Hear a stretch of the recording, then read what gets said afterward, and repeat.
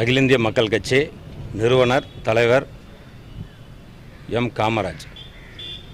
கோவை மாவட்டம் தொண்டாமுத்தூர் தேவராயம் ஊராட்சியில் நடைபெற்ற திமுக கிராம சபை கூட்டத்திலே தலித் பெண்மணி அவர்கள் திமுக தலைவர் மு.க.ஸ்டாலினை பார்த்து புகார் எழுப்பும் பொழுது அந்த பெண்மணியை வெளியேற்றுங்கள் என்று கூறியதோடு இல்லாமல் அந்த திமுக குண்டர்கள் சேர்ந்து அந்த பூங்கொடி என்ற தலித் பெண்ணை வலுக்கட்டாயமாக அந்த கூட்டத்தில் இருந்து வெளியேற்றி அந்த பெண்ணை 10க்கு மேற்பட்ட திமுக குண்டர்கள் தாக்கி அந்த பெண்ணை அழைத்து செல்லும் பொழுது அந்த அலறல் சத்தம் கேட்டு காவல்துறையினர் வந்து மீட்டு அவர்களை அப்புறப்படுத்தி ஜீப்பில் ஏற்றும் பொழுது கூட பெண் என்றும் பாராமல் தலித் பெண் என்றும் பாராமல் அந்த பெண்மனை தாக்கி தற்போது அவர் அரசு மருத்துவமனையிலே கோவையிலே சிகிச்சை பெற்று வருகிறார்.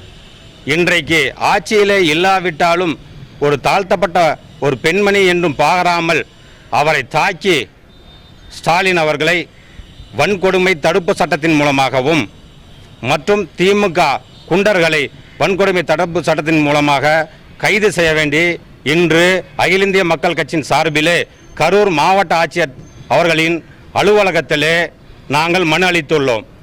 கரூர் மாவட்ட ஆட்சியாளர் அவர்கள் இன்னும் ஒரு வாரத்திலே மு.க.ஸ்டாலின் அவர்களை கைது செய்ய வேண்டும்.